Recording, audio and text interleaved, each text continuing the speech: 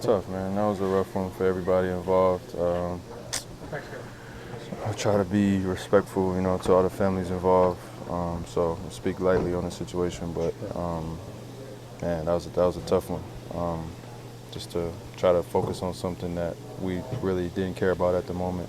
I don't think anybody was that interested in the game, but we got a job to do. I think both teams did a good job going out there and performing, and we were able to get the win. So move on, and we'll console each other, and be together as a family. And I think the world is kind of dealing with this one together. Speaking of, did you feel like a game in it, like a regular game at any point? Not really. I mean, they made 100 threes in a row, so that was hard to handle in terms of the basketball. But I think everybody had it in the back of their mind at some point throughout the game, and you just kind of go out there and let your instincts take over and just try to get through it. So I think that's what we did.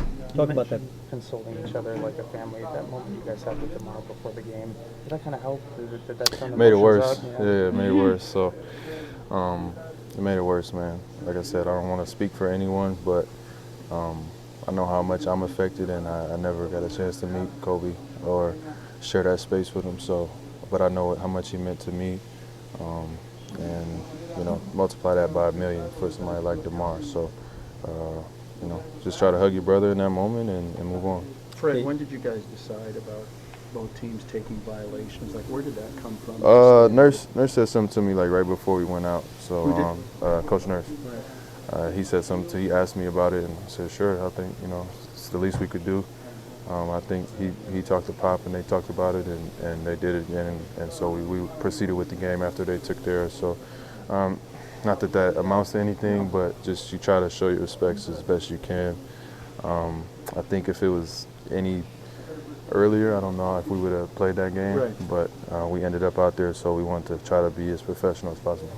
Take us through that final stretch. You hit that key three when pretty tight. They hit the 100. Yeah, I mean, I was going to make one eventually. I couldn't get any of them to go. That one that I made was probably the worst feeling one I had, so I knew for sure that was coming out, and it went in. So I was happy to give our team a lead there and make 2 free throws and try to get out of here and get home and kiss on my babies. Freddie, there's been some guys like from around the league that have been on social media who putting their tributes or whatnot. And one of the, I think it was Donovan Mitchell who might have started it, saying maybe the league should retire 24 as a tribute league-wide. For sure, I'm with it.